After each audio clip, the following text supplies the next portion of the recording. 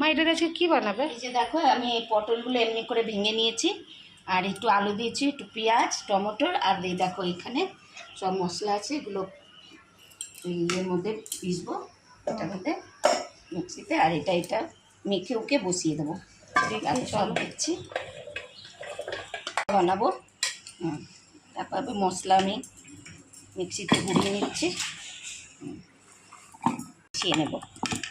দেখো এটা মশলাটা আমি গুঁড়িয়ে নিয়েছি, এই যে মিক্সিতে, এটা আমি দিয়ে দিচ্ছি।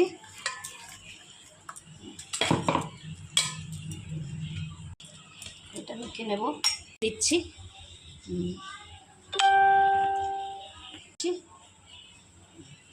মাংসের মতনই একদম মেখে চুকে বসিয়ে দেবো। আস্তে আস্তে মানে আস্তে আস্তে ধীরে ধীরে হতে থাকবে এটা।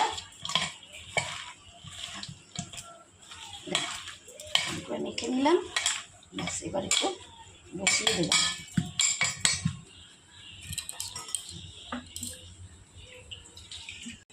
এটা ঢেকে এবারে বসাই দিল হালকা করে। তাহলে বসিয়ে দিয়েছি, এই যে দেখো বসিয়ে দিয়েছি। এবার বানাচ্ছি, তোমরা দেখবে কিরকম হয় বানিয়ে। দেখো এবার আমি খুলছি, দেখো উঠাচ্ছি, দেখো দেখো মশলা চিনি দিয়ে দিচ্ছি, একটু দিয়ে দিচ্ছি।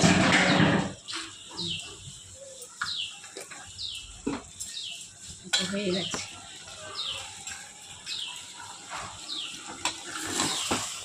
তো মাংসের মতন হয়েছে, দেখো কিরকম পটলে একদম কষা কষা, একদম ভাপার উপরে বানালাম এটা। মতন এইটা বানিয়েছি আমি, একদম মেখে উখে মাংসের মতন। দেখো এরকম হয়েছে।